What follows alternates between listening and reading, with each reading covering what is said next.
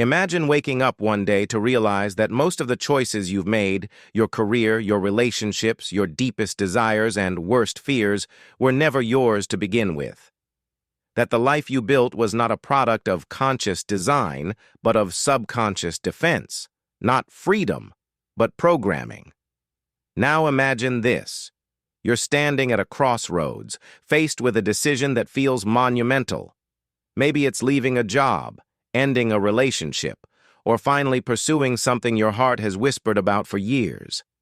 But instead of clarity, you're gripped by an invisible force. Doubt. Fear. A heavy, paralyzing anxiety that makes no logical sense. You tell yourself it's about the risk, the timing, the uncertainty. But what if it isn't? What if the part of you hesitating isn't really you at all? What if it's the 5-year-old who learned that speaking up got you punished? The 7-year-old who felt invisible unless you excelled? The 9-year-old who learned to become whoever others needed you to be, just to stay safe, to be loved, to survive? We like to believe we grow up and leave childhood behind. But the truth is far more haunting. You carry it with you everywhere. In your relationships, in your ambitions, in your coping mechanisms, in your triggers, in your patterns of self-sabotage, perfectionism, avoidance, overachievement. The child doesn't disappear. The child becomes the architect of your unconscious life. You call it instinct. You call it personality. You call it just how I am.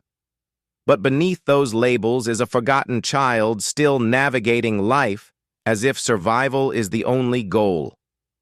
The question is, how long will you keep letting a wounded child make adult decisions? It's not your fault. The brain, in its brilliance, encoded these responses to protect you. Fight, flight, freeze, fawn. They became your operating system. And for a time, they worked. They kept you safe in environments that were confusing, unsafe, or emotionally barren. But what was once a survival strategy becomes a prison when it goes unexamined. The hard truth? You're not living your life. You're living your trauma. The things you chase, the things you avoid, even the partners you choose, often mirror the emotional landscape of your earliest years. Why? Because the psyche seeks familiarity, not happiness. And until you become conscious of what drives you, you'll mistake the pull of the past for the call of your future. Carl Jung said, "Until you make the unconscious conscious, it will direct your life and you will call it fate." You think you're choosing, but really, you're re-enacting. You're drawn to people who trigger the same abandonment, the same chaos, the same roles you once knew, because it feels like home, even when it hurts.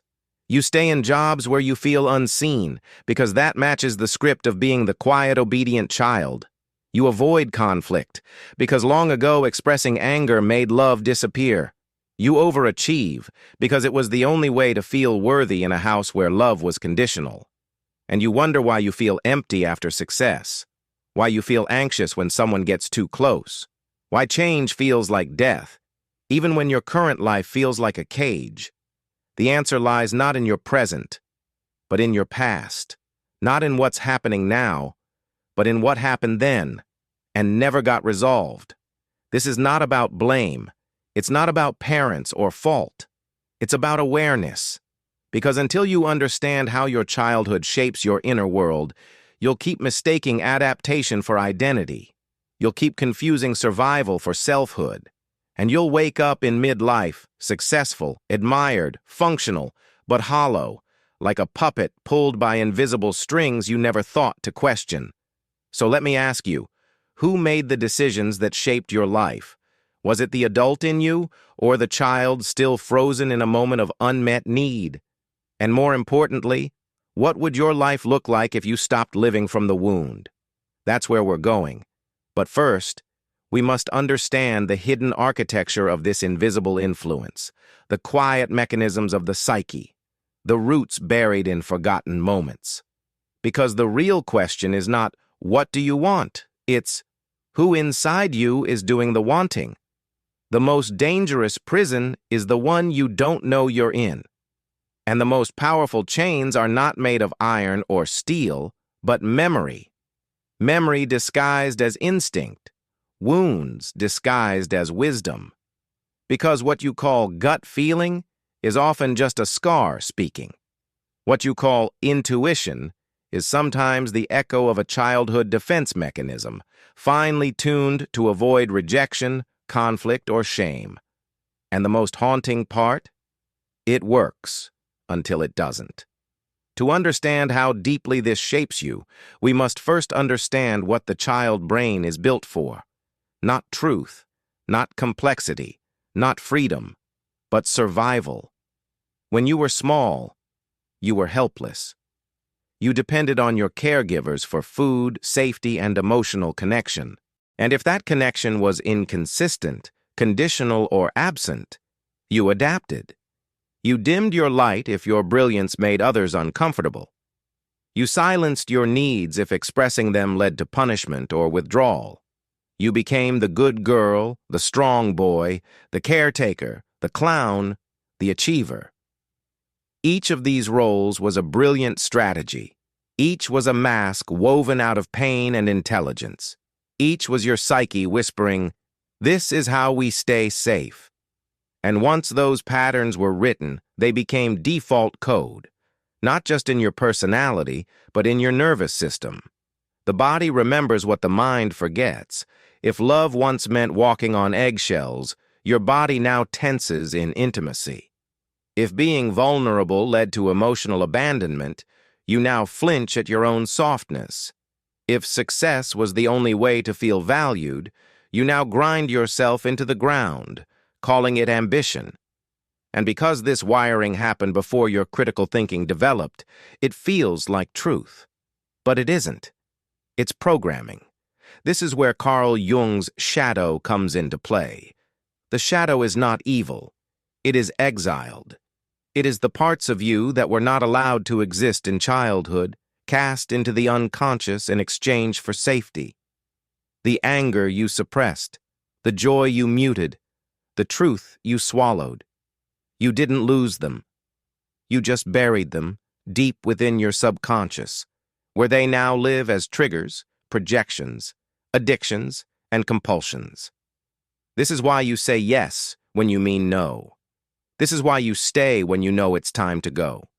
This is why you sabotage joy the moment it gets too real. Because the inner child still believes, if I let the real me come out, I won't survive.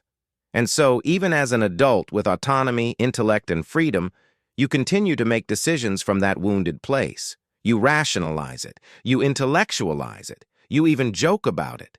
But beneath all that, a core fear that is never spoken out loud. If I truly live as myself, I will lose love. That fear shapes everything. Arthur Schopenhauer once said, "A man can do what he wills, but he cannot will what he wills." In other words, you can act with intention, but what creates that intention? That's the domain of the unconscious. That's the child behind the curtain. And the modern world doesn't help. We're taught to perform, not reflect, to self-optimize, not self-inquire, to achieve, not heal. We reward outward productivity and punish inward stillness. We glorify burnout and mock emotional honesty. We sedate the symptoms instead of facing the cause. But your inner child doesn't care about your job title or your follower count. It only wants one thing: to be seen, to be heard, to be loved without condition. This is why self-sabotage exists. It is not destruction. It is protection. Protection from the pain of exposure. Protection from repeating the original wound. Protection from becoming too visible in a world that once made visibility dangerous. So how do we begin to unmask this? How do we bring consciousness to a life shaped by unconscious wounds? First, we become curious about our patterns, not with judgment, but with compassion. Why do I always attract emotionally unavailable people? Why do I panic when things get peaceful? Why do I feel guilty when I rest? Every pattern is a trail back to the child. And every answer is an invitation to reparent yourself, to give yourself now what you were once denied. Jean-Paul Sartre believed existence precedes essence, that we are not born with meaning, but must create it. Yet how can you create your essence if you've never met the parts of yourself you were forced to abandon? You can't heal what you don't first face. You can't reclaim your voice if you still fear its sound. You can't trust your instincts if they were forged in trauma. And you can't make free choices until you know who, within you, is making them. So the hidden problem is not just that childhood shaped your decisions, it's that you've mistaken your coping mechanisms for your identity. You wear your wounds like armor, forgetting that they were meant to be temporary. And until you remember, you will keep making decisions that echo your childhood, not your truth. But the moment you see it, the moment you become the witness, not just the actor, everything changes. Because now, you can choose. Not from fear, not from programming, but from a place of deep, conscious alignment. That's where we go next. There is a strange kind of tragedy in a life that works on the outside, but collapses in silence on the inside. And for so many, that's exactly what happens. You find the relationship, you get the job, you build the image, but something feels off, like you're playing a role in a script you didn't write. The people around you applaud your life, but your soul feels like it's drifting. Why? Because your outer world was crafted by the adaptive self, the version of you shaped not by who you are, but by who you had to become. And what the world calls success may in fact be a symptom of how well you hid your wounds. Let's look closer. Perfectionism. The need to get everything right. To never fail. To never be seen as weak. It's not ambition. It's fear in disguise. Fear of punishment. Fear of disappointing the people who only loved you when you were good. You chase achievements not for the joy they bring, but to avoid the shame of feeling not enough. And so, every win is followed by emptiness. Every goal, another bar to reach. You never arrive because you were never running toward joy, only away from pain. People-pleasing. You say yes when you mean no. You smile when you want to scream. You become a mirror for others, forgetting you were meant to be a flame. This is not kindness. It's survival. The child who learned that love is conditional becomes the adult who sacrifices everything to stay accepted. You betray your own needs, boundaries, and truths not out of weakness, but out of a learned belief. If I disappoint them, I will be abandoned. And so you disappear in plain sight. Emotional numbness. You function. You perform. You endure. But you don't feel. You're not depressed, not exactly. You're not joyful either. You're detached. You watch your life like a movie. You speak of your struggles with clinical precision but no pulse behind the words. This is dissociation. Not laziness. Not disinterest. It is the brain pulling the emergency brake because feeling, once upon a time, was too dangerous. The child who was overwhelmed learned to shut down. Now, as an adult, you mistake this shutdown for calm. But beneath the surface, the body is screaming. The illusion of control. You plan every detail. You keep things predictable. You hate surprises. It feels like discipline, but often, it's trauma management. Because unpredictability in childhood meant chaos. A parent's mood shifted like weather. A safe day could turn unsafe without warning. So now, as an adult, you grip life with iron hands. Control becomes your god. But deep down, you're not in control, you're just terrified of letting go. These are not isolated quirks. They're systems operating across millions of people who don't even realize they're running the same program. And society feeds it.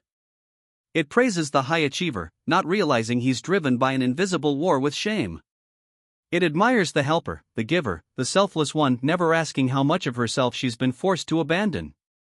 It envies the stoic, the composed, the logical, without seeing the child behind the curtain, who never had the luxury of feeling safe enough to feel. But here's where it gets darker.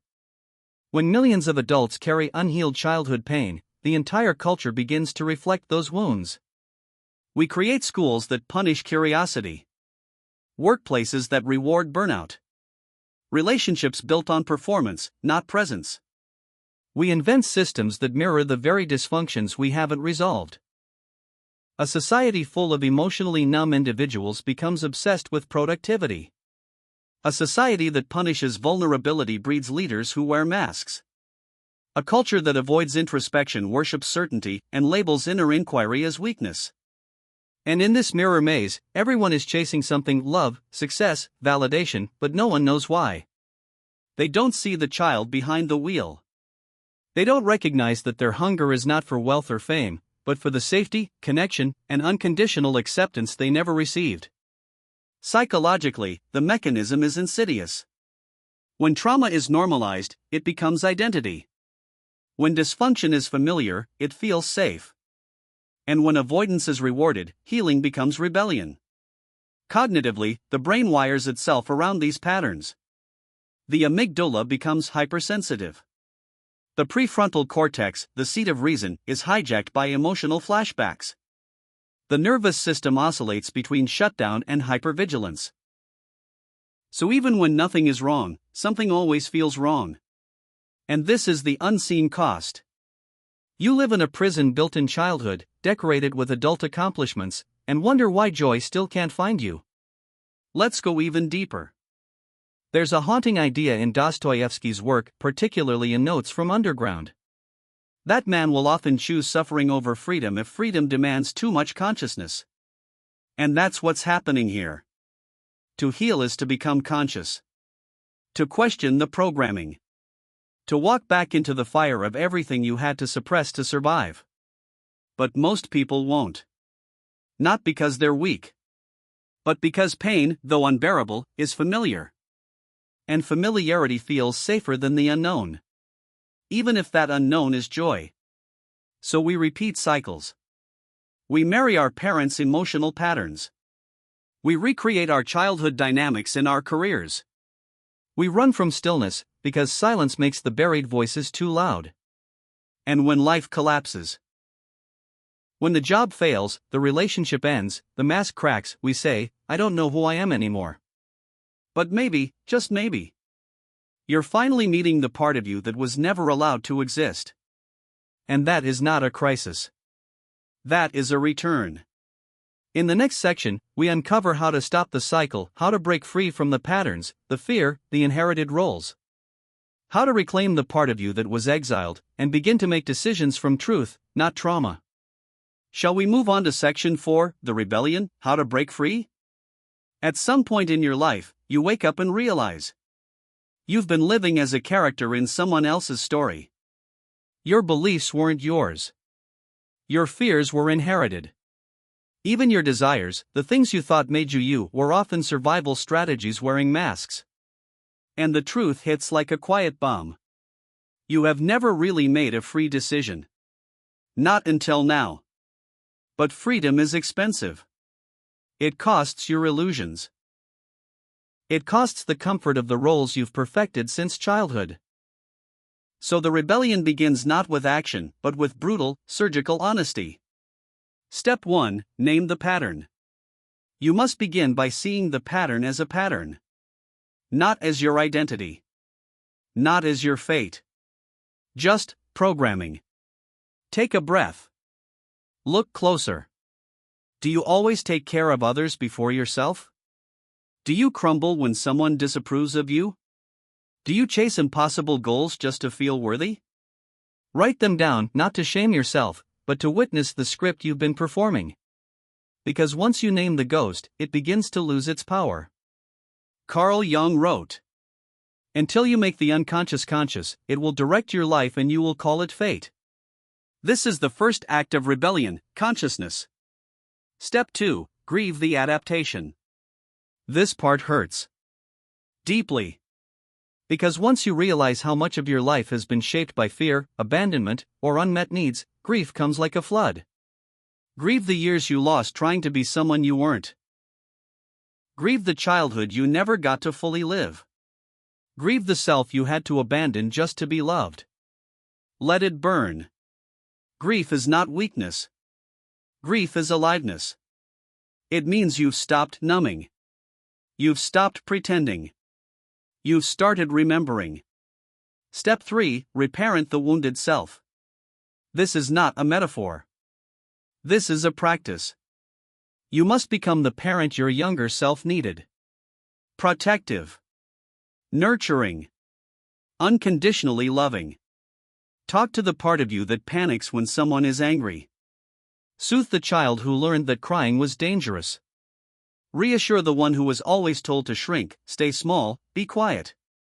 You say to them now, I see you. You were right to feel that way. And you are safe with me. And you say it again. And again. Until it starts to feel true.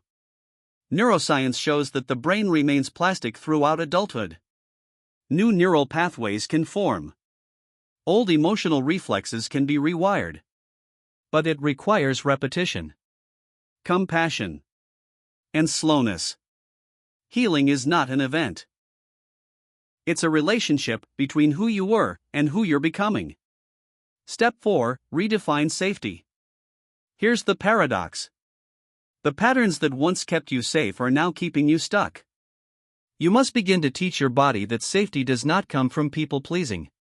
That love doesn't require self-erasure. That joy does not have to be followed by punishment. This takes work at the level of the nervous system. Breathe slowly when your instinct is to rush. Stay present when your body wants to flee. Speak your truth when your mouth wants to stay shut. At first, it will feel wrong. Not because it is wrong, but because it is unfamiliar. And unfamiliar, to a traumatized system, feels unsafe. But with time, the unfamiliar becomes the new home. And your body learns. I don't have to earn love. I just have to be. Step 5: Create, don't perform. One of the most profound acts of healing is creation. But not the kind of creation that seeks applause or validation. Create from the truth that was buried. Write. Paint. Dance. Speak. Build. Scream. Laugh. Love. Do it not to impress, but to express. Let the child inside finally have a voice. Let them be messy. Loud. Honest. Because when you stop performing, you start becoming. Step 6: Reclaim choice. This is the gift at the end of the fire. You realize you can choose. Not from trauma. Not from fear. But from presence. You no longer react, you respond. You no longer seek to be chosen, you choose. You no longer live for someone else's comfort, you live for your own alignment. This is what Viktor Frankl meant when he said, between stimulus and response, there is a space. In that space is our power to choose our response. In our response lies our growth and our freedom. You are not your childhood. You are not your trauma. You are not the mask you wore to survive. You are the awareness that can choose differently. And in that choosing, you are reborn. This is not a linear process. You will fall back into old patterns. You will doubt yourself. You will wonder if you're making progress. But every time you pause before reacting, every time you feel instead of flee, every time you choose truth over approval, you are breaking the cycle. And not just for yourself, but for everyone who comes after you. Because healed people raise safer children. Healed people build healthier relationships. Healed people create saner worlds. The rebellion begins in you, but it does not end there. Imagine this. You're standing in a house you've lived in your entire life. It's familiar, safe, predictable. But today, for the first time, you notice something strange. The walls are made of mirrors.